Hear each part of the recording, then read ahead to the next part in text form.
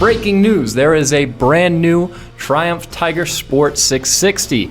This is a fresh middleweight sports touring bike from Triumph, and we're pretty excited about it. Yeah, I love sports tours. They're really fun bikes, and they're super practical, and now you have a new option in kind of what's been a lacking class. We haven't had a ton of middleweight sports touring options, and now we have a new one, and it's a triple, so it's the only triple sports tourer in the middleweight segment you can get here in the US. Now, real quick, a couple of motorcycles that compete with this. We're looking at the Kawasaki Versys 650. We're looking at the Suzuki V-Strom 650, and if you're overseas, also the Tracer 7 GT. Yeah, I'm a little bummed we don't get that Tracer 7 here. More choice is always better, but still 3 to choose from. All right, so let's take a look at what you get with this new Tiger Sport 660. So it is a 660cc triple, of course, makes 80 horsepower and 47.2 pound-feet of torque.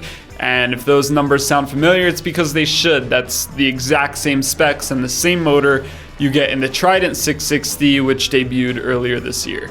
You also have a 6-speed transmission and a wet weight of 206 kilograms. And let me convert that into real numbers real quick. That is 454 pounds. So that's not too bad and not a super heavy bike. No, for a middleweight sports tourer, that's pretty average. That's exactly what you'd expect.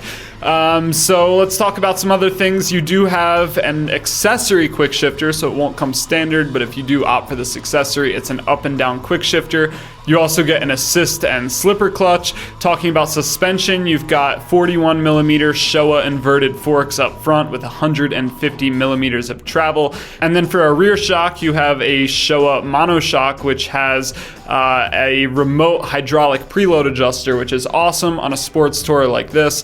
This is the kind of bike where sometimes you're gonna have a top case, sometimes you won't, sometimes you're gonna have side cases, sometimes you won't, and same thing with the passenger. Sometimes you're gonna be fully loaded, sometimes it'll just be you on the bike. So super nice that just with a turn of a quick knob, you can adjust the preload and get everything dialed in for the weight you're carrying. Triumph fitted the new Tiger Sport with Nissan brakes front and back. You have twin 310 millimeter discs in the front and a single 255 millimeter disc in the rear. And for tires, you've got Michelin Road 5s, which I know is a tire that you run. Yeah, I've been through a few sets of them now. I'm on my third set, not on the same bike, but I have them on my MT-09 right now, and I love these tires. They're super sporty. You can ride them really hard in the canyons, but they're really good in the rain too, so great stock tire for a bike like this that you're going to be riding in all kinds of conditions. For tech, you've got ABS, you've got switchable traction control, self-canceling turn signals. It's of course ride-by-wire, so you have riding modes unlike the Versys and the Tracer. Also, unlike the Versys and the Tracer, you get traction control. Those bikes don't have that either, so a little more tech on this bike. Yeah, and a multi-function TFT display, which Alex has some thoughts on.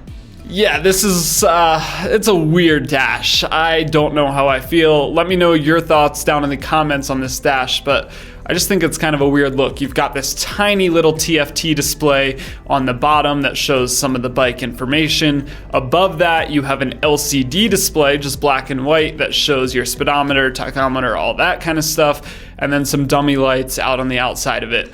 I get that they're probably trying to cut down costs a little bit, but it's 2021. Put a TFT on the bike. That's my thought. It's almost 2022. There's also a couple available accessories that you can add to the bike. You can get heated grips, you can get tire pressure monitoring, you can also add some lights, you can add frame sliders, a few different things. But we have to talk about the chassis, as the Triumph people say. The main part of the frame is shared with the Trident. So not only is the engine similar, but so is the main part of the frame. The only difference between the chassis of the Trident and the Tiger Sport is the rear subframe and the swing arm, which is a bit longer. Yeah, the swing arm's just a little bit longer. That's pretty common in sport tours. It's going to help with on-road stability. Seat height is 32.9 inches, so not incredibly high, not incredibly low either, but if you're, more of a beginner rider, which I think a lot of people on this bike will be, it's not going to be too hard to get your feet down on the ground. 4.5 gallon fuel tank, so pretty sizable. Nice to see on a sports tour. You should be able to get some good miles out of this bike. Integrated pannier mounts on the back, so you don't need some crazy extra bracket to put a side case on. When you take the side cases off, you have a pretty streamlined look on the bike. Yeah, and you can also get a top case that fits 2 helmets in it, which is pretty nice. For both Alex and I, the top case is not our favorite look, but it is pretty convenient that it can fit 2 helmets. Yeah, most top cases I've seen at least are just a single helmet. So the fact that you and a passenger can both stick your helmet in that top case and then still have, the full room of the side cases, which is about 57 liters, is pretty impressive. Yeah, now, some colors. You can get Lucerne Blue, you can also get Graphite and Sapphire Black, and those are no additional cost. But if you select Corrosi Red, that's gonna add an extra $125 to the price of the Tiger Sport. And we'll go ahead and tell you what that price is, $9,295 here in the States. So yeah, not too bad. I was hoping this bike would be under 10K, and it is, which is really nice to see. So yes, a little bit more expensive than the other options we get here in the US, the Versus and the V-Strom, but you get riding modes, you get ride-by-wire, you get traction control, and more power, so I think it's justified. Yeah, absolutely. So pretty good offering from Triumph. We'll be interested to get out and ride it. But again, in terms of value, it seems like a good bike. We felt the same way about the Trident.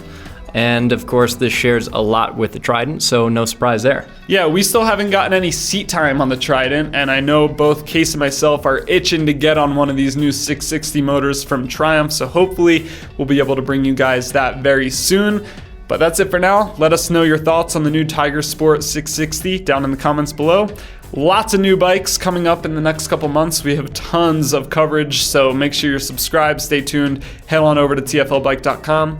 We'll catch you in the next video. Did you know that here at TFL Studios, we have 7 YouTube channels, 4 websites, and 2 different podcasts? It can be a lot to keep up on. Heck, I work here, and sometimes I'm not even able to keep up with our publishing schedule, but luckily we have an app to fix that. So here it is, the TFL Studios web app, and this is going to be an easy spot where you can access all of our content. So we have it broken down by videos, news, and podcasts. Also, you can add a home screen shortcut on your phone to get straight to this TFL Studios app. You can do that on both iPhone and Android. I happen to be on iPhone, so make sure you're in Safari, go to tfl-studios.com, click the share button, and then scroll down till you see add to home screen. Now you can give it whatever name you want. I'm just gonna shorten it up to TFL Studios.